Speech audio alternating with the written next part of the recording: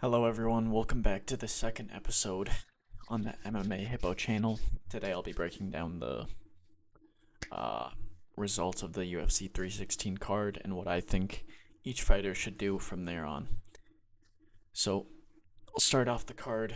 I'll start off this video by talking about Kevin Holland's submission victory over Vicente Luque. I find it ironic that I criticized Kevin Holland for not having any jiu-jitsu, and then he proves me wrong and submits Vicente Luque. I'm still not a very big believer in his submission skills at all, but I mean, good performance from him.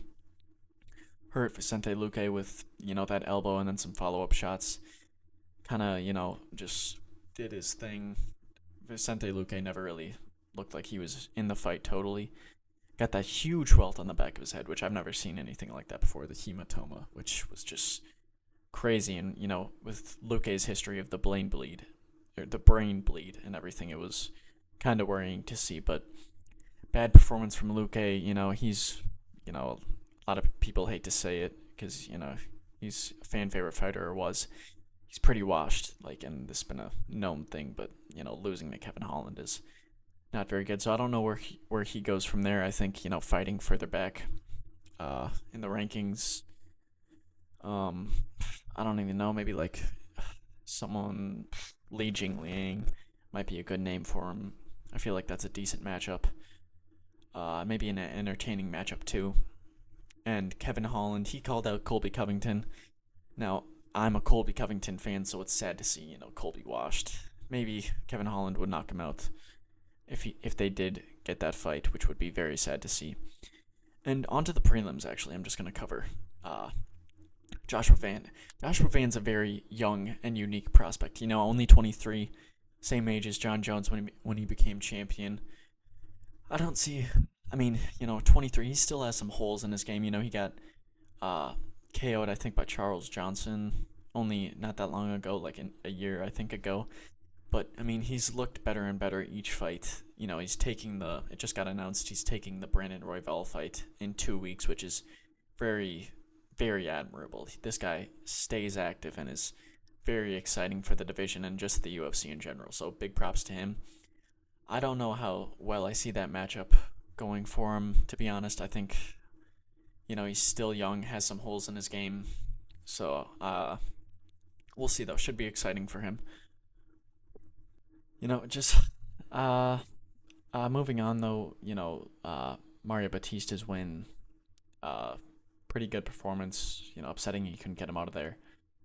Just kind of embarrassing that he wasn't able to. Patchy Mix obviously looked like shit for his UFC debut. Horrible look for the PFL and Bellator company. Just doesn't, if that's your best guy, that's a fucking horrible look. But maybe he got nervous. I don't know. I hold that win very hard against Patchy Mix. That was just a horrible fucking performance. Couldn't move his fucking head at all. Just getting beamed repeatedly. Didn't make any adjustments. Didn't try to win. Just horrible. Moving on. Joe Pyfer's performance. Had those few big shots. Dropped Kelvin. Then let Kelvin come back in the third round. Horrible performance from both guys. If Joe Pyfer only has one fucking thing, if he doesn't have the knockout shot, he doesn't have anything. So he's going to be a pretty mid fighter. I don't see him evolving at all. Kelvin's washed, so this, nothing good there. I don't, maybe give Pyfer another fucking, maybe like 14th ranked or some shit. 15th ranked. I don't see him making it past the 10th ranked fighter in the world at middleweight, even though that's not the best division. Moving up, we're moving on to Kayla Harrison's submission win. Great performance from Kayla.